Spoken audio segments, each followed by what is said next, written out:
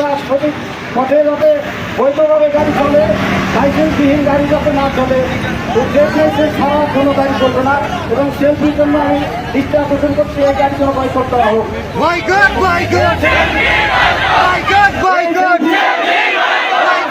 এবং রিয়াদের পরিবারের প্রতি গভীর শোক ও সমবেদনা জ্ঞাপন করছি। রিয়াদের স্মৃতির প্রতি আমরা সম্মান প্রদর্শন করছি। যেহেতু পরিবহন অটোকারী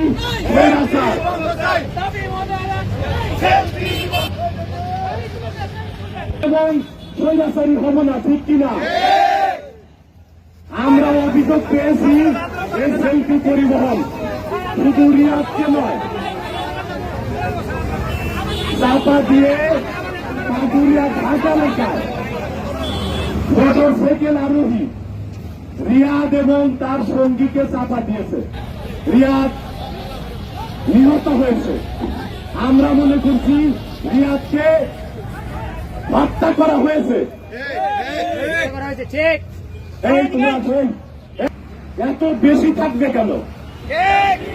ঘাট এলাকা যেখানে গাড়ির গতি 10-15 থাকে, ঠিক কিনা?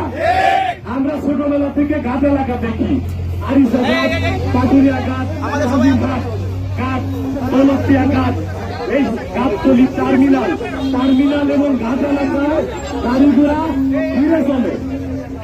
কিন্তু কত বেশি গতি থাকলে রিয়াদের মোটর সাইকেল আরোহী রিয়াদ এবং তার সঙ্গী রুমানকে সেই সেলফি পরিবহন চাপা দিয়েছে গত পরশুদিন?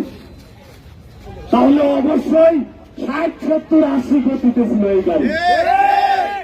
যদি 60-70-80 গতিতে না থাকে তাহলে একটি মোটর সাইকেলকে চাপা দেওয়া সম্ভব না, ঠিক কিনা? ঘাট এলাকা, টার্মিনাল এলাকা, বাস স্ট্যান্ড এলাকায় যে কোনো পরিবহনের গাড়ি, যে কোনো বাস গাড়ি 5-10 খরচের 15 চলে, ঠিক কিনা?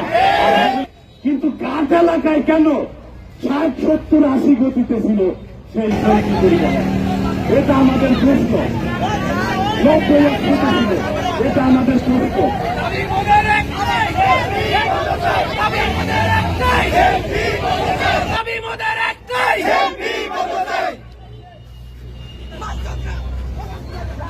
এই সেলফি পরিবহনের বিরুদ্ধে আমাদের এলাকাবাসী এবং জেলাবাসীর ব্যাপক আপত্তি অভিযোগ রয়েছে।